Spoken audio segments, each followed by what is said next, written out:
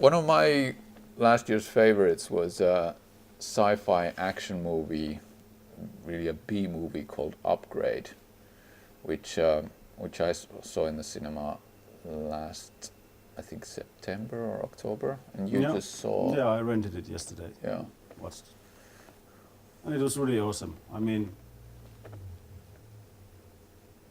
it is rare to see a movie that basically has nothing, no extra fat to it, and has an innovative idea that sort of takes, also it sort of assembles old ideas in a fun new way, and then doesn't really use those ideas so that the weight of the ideas collapse the movie, but it just makes it a fun movie to watch. But it's still sort of it's fun, but it's also intriguing and interesting at the same time. So it's a good combination. It's a really good combination. What if I told you I could offer you something that would enable you to walk again? I call it STEM, a computer chip that has the potential to change everything. It's a new, better brain. Oh my God. Yeah, I was reminded of like good 80s action movies in a way, because there's a lot of 80s action movies that don't really, I mean, we've talked a lot about like The Predator, and The Predator doesn't really, I mean, you can interpret it in a lot of ways, and there are interesting ideas there, but you can just watch it as an Arnold movie, a really entertaining Arnold movie that's well made, and just, it works, it clicks, sort of all the buttons. And I thought that in this time where good action movies are really non-existent, because either they're these huge action blockbusters that always go the same route, and they're boring to watch because you can do anything and it doesn't matter anymore, and you don't really have to have an idea. You just have transforming robots, so you have transforming, whatever happens, and then it's just bing bang bong, 2 hours, or now like 3 hours from beginning to end. Or then there's this sort of B movie, which are clearly B movie action movies, which just, there isn't, the makers of them aren't really very smart skilled. people.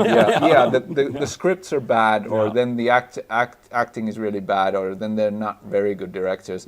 Because instantly when they're good directors, and I'm hoping that this doesn't happen with, I think it was Lee Wanal who was directed this one.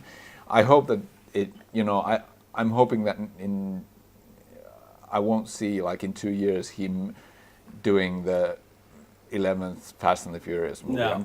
I'm just hoping that that's not going to happen. But it's probable that it is, with this as a calling card, that's the way he's going to go. But there's also, is there like a niche in Hollywood? I was thinking about some of these.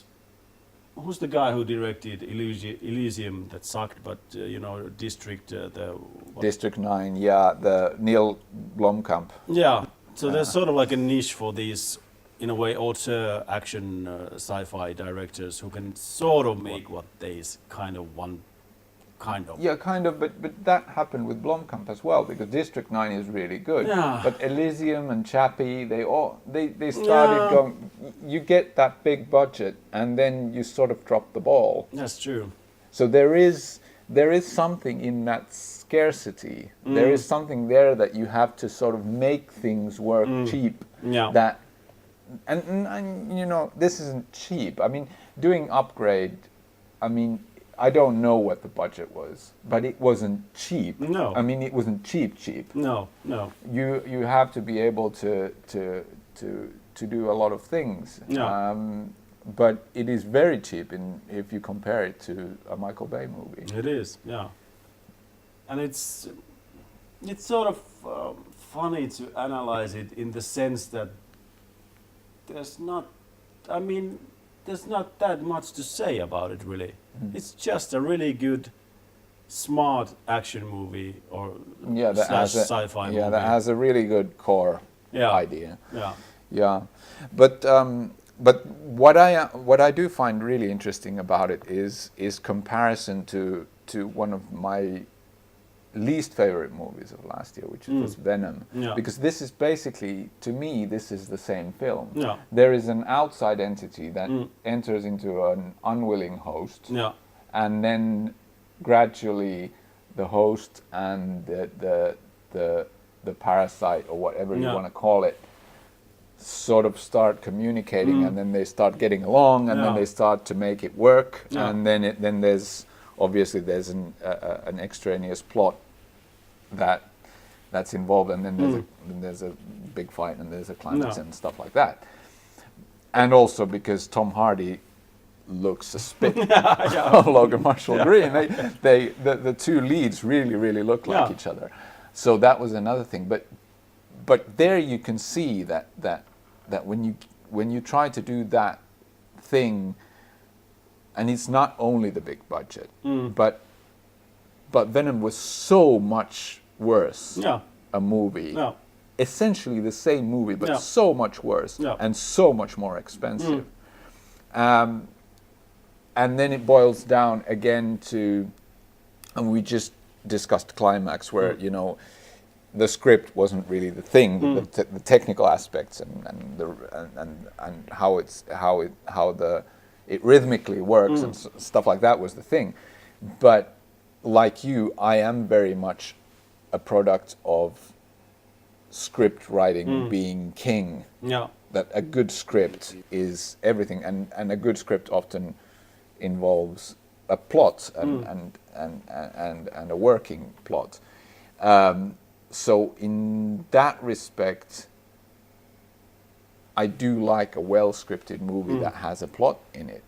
And when you put these movies side by side, you put Venom side by side with Upgrade, and then you see them going basically the same trajectory, and still, script-wise, just the other one just stumbles constantly, and the other one just hits all the right notes. That's true.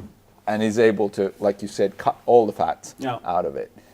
I think it's really nice to see that. It is, and even the action sequences in Upgrade, I think they're a lot better than the action sequences in Venom. Yeah. They're more visceral. Yeah, and they have this. I mean, the first action sequence when the Upgrade sort of takes over. Yeah. I mean, it was really unbelievably awesome. And the way it was made with by using the actor as this sort of like he plays a guy who is unwitting of what is happening to him, and his body is just performing these amazing feats basically. Yeah. So it was wondrous to watch, and I mean, Venom has almost none of that. Yeah, basically the same scene in a kitchen as well. Yeah. But with just shitty CGI. Yeah. And they're both acting the same way, because they're still the thing that's controlling them is still alien to them. And they're afraid, and they're not sure what they're doing, and so on. And Tom Hardy is an awesome actor. I love him. But compared to Upgrade, that was a really bad scene. Yeah. Again, it's difficult because there's so much in the details. There's so much in just the execution of how you place the camera and how the camera moves. Because in Upgrade, you have this sort of camera attached in a way to the main character, so it follows him around. I don't exactly know how they technically did that. Yeah. But it looked very, very good. Yeah, it did. And it gets you in the action sequences much more than just having a static camera or cuts and then just some CGI splurting out of somebody's back and throwing people out the window. It it's a tricky thing. It It's a is. tricky thing to make that stuff work. And it really shows how valuable, I mean, being really good at what you do is. Yeah. You have less money, but you're just better at what you do, and you basically make the same thing, and your thing is a lot better than the thing that costs maybe, let's say, 20 times more at least. Yeah. Maybe something like that. So Yeah. it was pretty fantastic. Yeah. Yeah, but you know, I recommend seeing if you like action movies, if you want to see a sort of proper action movie from that's sort of harking back a bit. And obviously you can see that there isn't that big a budget. Yeah. But it's still not.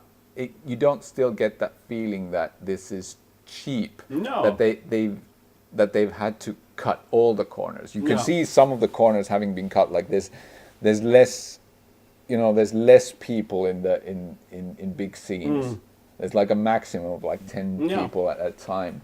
While in big productions there's like street, something happening in the street, and there's people all over the place, and you get this feeling of being in a big city. Here you're in a big city, and when something happens outside, there's like 5 people around. So there you can sort of see that, you know, this isn't because they want to keep this movie small, it's because they don't have money. Yeah. But it doesn't matter, because everything that's supposed to work works well. I think it's a very worthwhile watch, and I recently saw the like 10 best movies, or 10 different best genre movies of 2018, done by Cinefix, and they regarded Upgrade as the best action movie of 2018, and they also said that they can't give out a sci-fi category, although I would have given it to Annihilation, but they said that it would have been the best sci-fi movie as well, so they just skipped over that category, and I can understand why, because it is interesting to see somebody sort of coming out, because I think it's an Australian film or something. Upgrade's Australian, or anyway, it's a smaller studio, and it's less money, and there's sort of new people involved. So I think that it was a very, very good effort. It was. It's always interesting to find. There's a lot of small budget movies that don't work, and then you see something that really, really works, and it's always really excellent just to see it.